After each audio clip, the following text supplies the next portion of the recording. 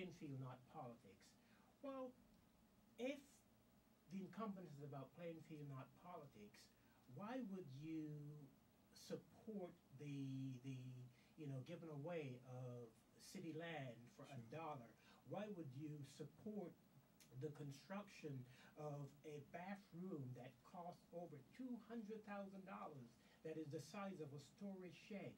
If you are about Plainfield and not politics, you would protect the resources, the tax dollars of the people in the city of Plainfield. May I ask you, will do that. May I ask you, where is that bathroom, John? That bathroom is right down the street from City Hall. It's 2-3 blocks on East 6th Street.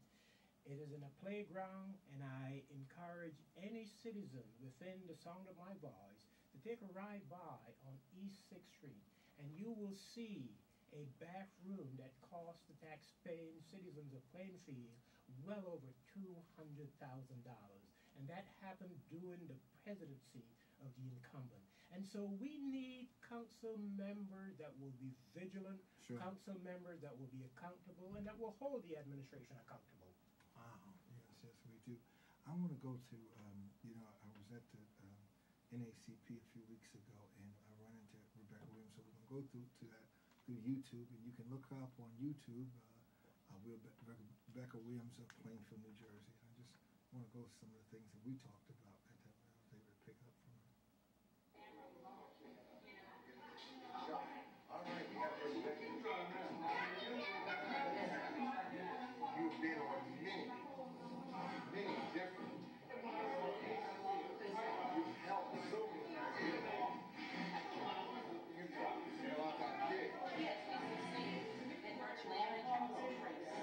Now, you always want to. Like I said, did you get that video I saw that sent you on YouTube? I mean on Facebook. Yes, I did. Just thanking you basically for running. Thank you. Okay. Now, it's your turn. What the question is, I guess, New Jersey, what is your motivation? We always wonder when you're going to take us, take this back. Everybody was wondering. People ask me all the time, So now, what motivates me to run this term, for this seat, and this critical time, is because I have felt that council really has not been effective in the way that we need a second and third ward at-large council person to be. Okay. That agreement is, that statement is, I've been endorsed by Councilman Storch and by Councilman Adrian Mack to run with them because they know that I can bring independence, leadership, and effectiveness to the city council. This year, the idea of having another 4 years of inaction on the council, higher and higher taxes, nothing being done about the PMUA.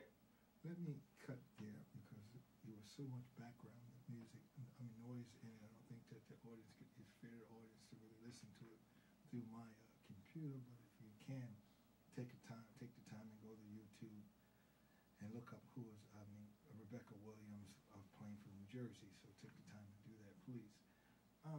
When she says so much of the same old, Adrian, for the second and third ward, that so much inaction that's being done, have been done. What exactly does she mean? Can you care to comment on that? Well, I believe what Rebecca is talking about is the fact that as she has been campaigning throughout the second and third wards, that she has been hearing from the constituents of her opponent that he hasn't been seen. She's been hearing that the road project that was started on the late Mayor Albert T. McWilliams has been stalled for the last 4 years. She has been hearing about the fact that in 2004 there were some 22 roads repaired, rebuilt, reconstructed in the city, and that has pretty much been stalled for 4 years. It is only now getting restarted. And so when when she talks about inaction and effectiveness, she is talking about openness in government, and that she doesn't see that in the incumbent. Rebecca has talked about the need for more transparency. She has talked about the need for there to be a reform in pay to play, and she has plans working with her colleagues Sure. to introduce a pay to play ordinance. And so these are some of the actions that she is looking forward to taking as she joins us on the council. And it is so important for there to be at least 4 council people that are working in harmony so that we can get things done, working in collaboration with the administration. And so she thinks that her opponent has been pretty much sitting on a dime, walking on a treadmill, being very ineffective, and she believes she can change that. For the audience, what do it mean? What do you mean when you say pay to play?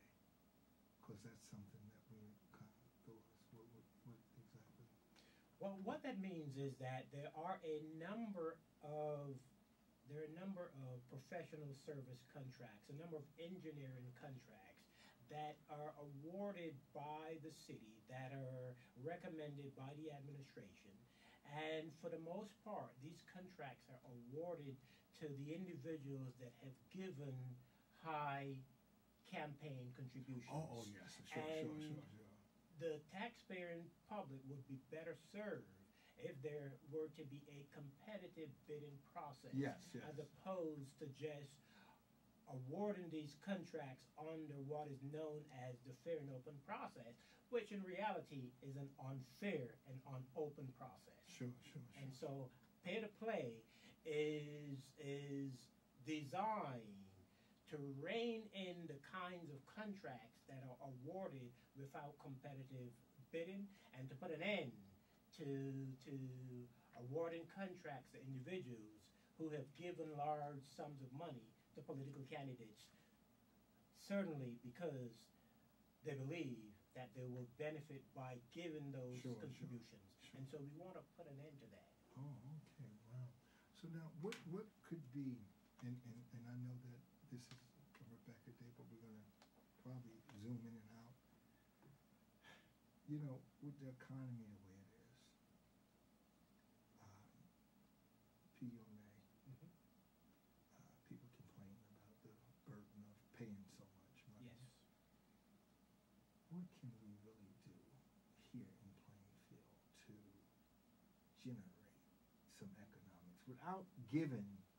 You know what I mean? Because if we keep giving and you can't, you know, it's like keep reaching in my pocket. And, you know, you pull out after you cash your income tax check, you have an excess of money, but you know you keep drawing for it and drawing for it, so you don't have any more. What can we do really to get businesses here?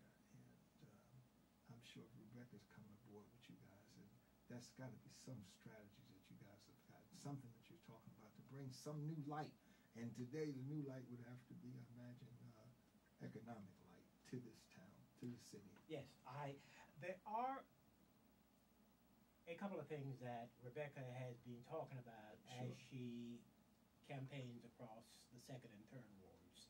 And she has been very concerned, as well as myself, over the recent spate of shootings that have occurred in the last couple of weeks. And that is an indication that crime in Plainfield is on the rise. Sure. And so if we are to change the perception that people on the outside have of Plainfield, we have to seriously address the issue of crime, and not, we must stop pretending that it doesn't exist and that it's on the decline. It is not on the decline, it is on the rise. And so Rebecca is in favor of more effective police deployment in order to address the issue of crime, so that we can begin to change the perception of Plainfield. But secondly, and most importantly, she has been talking about the need for there to be an aggressive marketing plan of the city. I talked about that during the course of my campaign as well. Sure, you did. And one of our shortcomings that Rebecca has recognized, and she wants to work with us to change that, is that the city is not marketed. And if you have a product, the only way you're going to